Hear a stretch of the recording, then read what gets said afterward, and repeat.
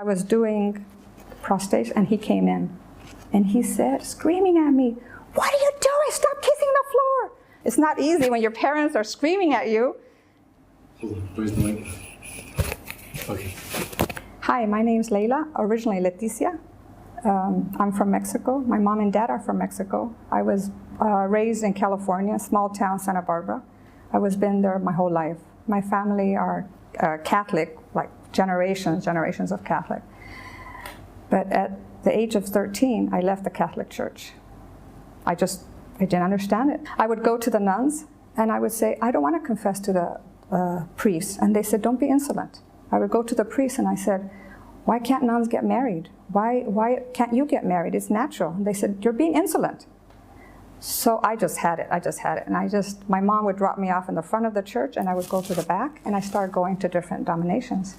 I was a Pentecostal. I was a born-again Christian. I was a Jehovah's Witness. I was a Christian Scientist. Literally, I was just looking. At 13, I was looking for something that was missing in my life. At the age of 17, I went to the University of San Francisco, and I met an American lady with a scarf. And I said, "Are you okay?" She said, "Yeah." I said, "Do you have cancer?" She said, "No." "Why would you say that?" And I said, "Well, your scarf, you're hiding your bald head." She said, "No, I'm a Muslim." And when she said Muslim, I went. And she said, "Why do you say that?" And I said, "I know about Islam."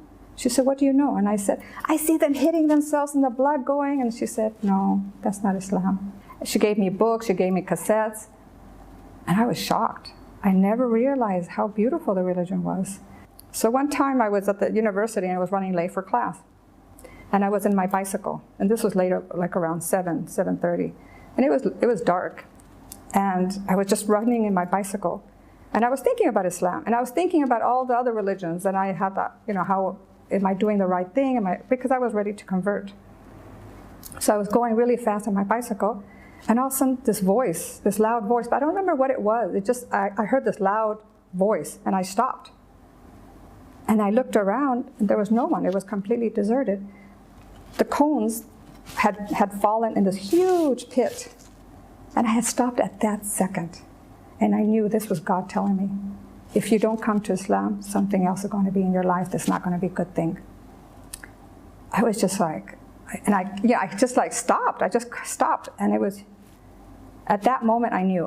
So I went back to my American friend, Miriam, and I said, "I want to be a Muslim." And then she said, read more about it. So I read Surah Al-Maryam, and that was it. I just knew if women had such a high degree in Islam, I wanted to be part of that. I could see that Islam has made me a better person, gave me more patience. I'm more sympathetic. I have more empathy for people. If someone asked me to borrow money, I said, "I'm giving the money. I'm going to but I give it as a gift. I don't expect it back," although I'm not telling the person that because it's their responsibility. I never would have thought of doing this 30 years ago.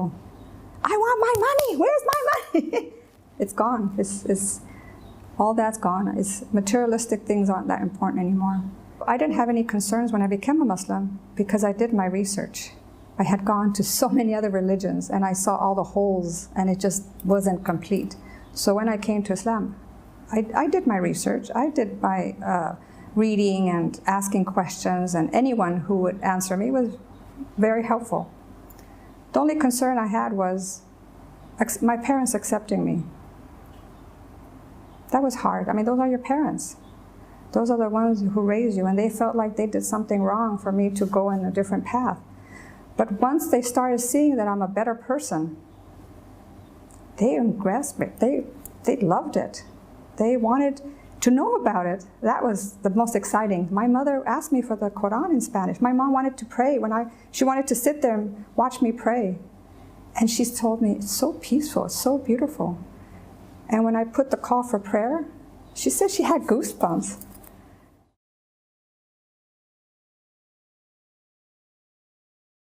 Imagine having a chance from day one to start with no sins on your conscience. And you come with a clean soul because Allah guarantees that everything's forgiven. This is your chance to start and have a purpose in life.